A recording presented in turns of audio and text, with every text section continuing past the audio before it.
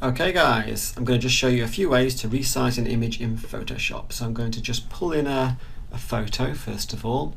So the first way, and probably the most common way, is to go to Image and Image Size, and at this stage we can type in whatever size we want, 2000, and we can choose whether or not to keep in the same aspect ratio, and click OK, and there we go, it's resized. The entire image has been resized.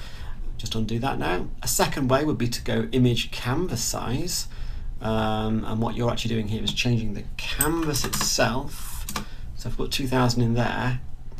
What this is going to do is cause some clipping. So there's another method, but my absolute favourite is, just undo, if you go to the Select tool, and then by default it's normally set to normal, which allows you to sort of drag an area that you want to select, and then you can resize based on that area.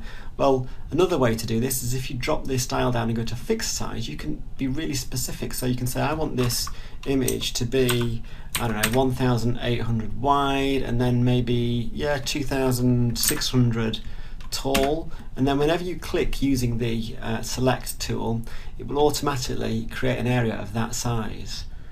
And obviously then what you could do is use that to image crop to that actual size, and obviously then you can save that out.